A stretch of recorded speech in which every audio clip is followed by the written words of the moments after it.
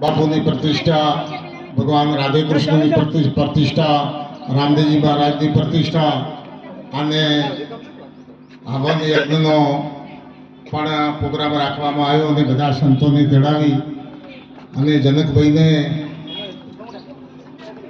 અધિકારી તો છે જ, કારણ કે આર્યુને એ સંતોના માર્ગ પર આવે ને બધા આપણે અધિકારી છીએ, પણ અધિકારનું નામ કેમ લેવું પડે કે ભાઈ અમને અધિકાર આપવો છે? કારણ શું કે બીજા જીવનો ઉદ્ધાર કરી શકે. અધિકારી આપણે બધા છીએ, પણ આપણે કદાચ ને બીજાનો ઉદ્ધાર ન કરી શકીએ. અને આ અધિકાર મળ્યા પછી બીજાનો, જેમ નટુરામજી મહારાજ અનેક જીવોનો ઉદ્ધાર કર્યો, અનેક જીવોને વ્યસનમાંથી મુક્ત કર્યા, અને વ્યસનમાંથી મુક્ત કરવા એ જ એક તો પહેલો ઉદ્ધાર છે. આ જગતમાંથી આપણને બધીઓ ગમે તોથી આવી પહેરી જાય. કચરો સવારે વાળીએ, સાંજે વાળીએ તો સવાર રાતે ચોથે જ પહેરી જતો હશે, પણ સવારે વળી વાસણું ફેરવીએ એટલે એટલો ને એટલો પાછો હુંપડી ભરાય. એટલે આ મહાપુરુષો જે આપણામાં પડેલો કચરો કાઢી અને આખું જીવન ચોખ્ખું બનાવી દે, એ બદલ એ મહાપુરુષોને ધન્ય છે. બીજું કહેવાનું એક કે આપણે જ્યારે જઈએ તડકેસાટો કે સત્સંગમાં જઈએ, અમારે મહાપુરુષોનો સત્સંગ છે, સત્સંગમાં જવું છે. તાણે સત્સંગ એટલે સત્યનો સંગ, અને સત્ય એટલે ત્રણ પ્રકારનો સત્ય. પહેલું વ્યવહારિક સત્ય, બીજું પ્રત્યાભાસી સત્ય, અને ત્રીજું પરમાર્થિક સત્ય. વ્યવહારિક સત્ય આખા જગતે, આખું જગત બ્રહ્મ સ્વરૂપ પરમાત્મા સ્વરૂપ છે, પણ વ્યવહારિકમાં જે આવતું હોય, કાકો થતા હોય તો કાકો પહેરો, એને પરમાત્મા સ્વરૂપ છે. આપણે એમ સીધે સીધા કહીએ ચમ છો બ્રહ્મજી, ચમ છો ભગવાન, તો અરે હંમેશા ના ભગવાન, ભગવાન તો ભગવાન છે. પણ જેમ થતું હોય એમ બોલાય એને વ્યવહારિક સત્ય કહેવાય. પ્રત્યાભાસી સત્ય કને કહેવાય કે જે જગતમાં સજ નહીં પણ સતું દેખાય.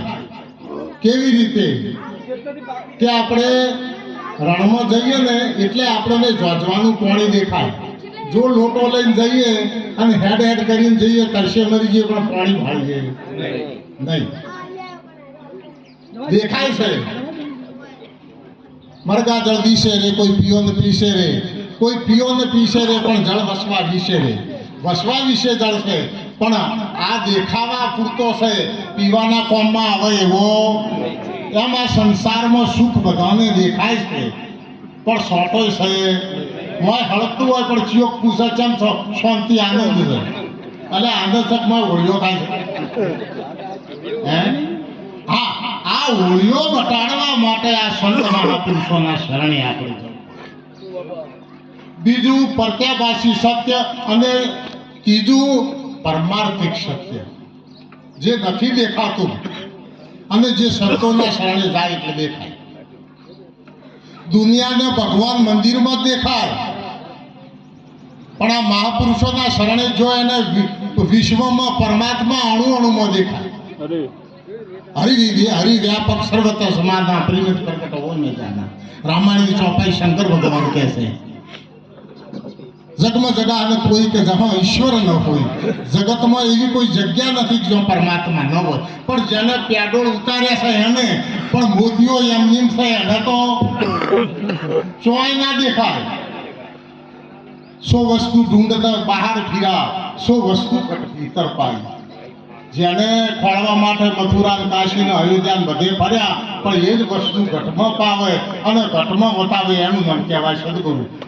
આ જગતમાં બધું અવળું પકડાવે એને ગુરુ કહેવાય, અને બધું છોડાવી અને પરમાત્માના હંગાતે ભેળવી દે, એનું નામ સદગુરુ કહેવાય. બોલીએ શ્રી સદગુરુ ભગવાન.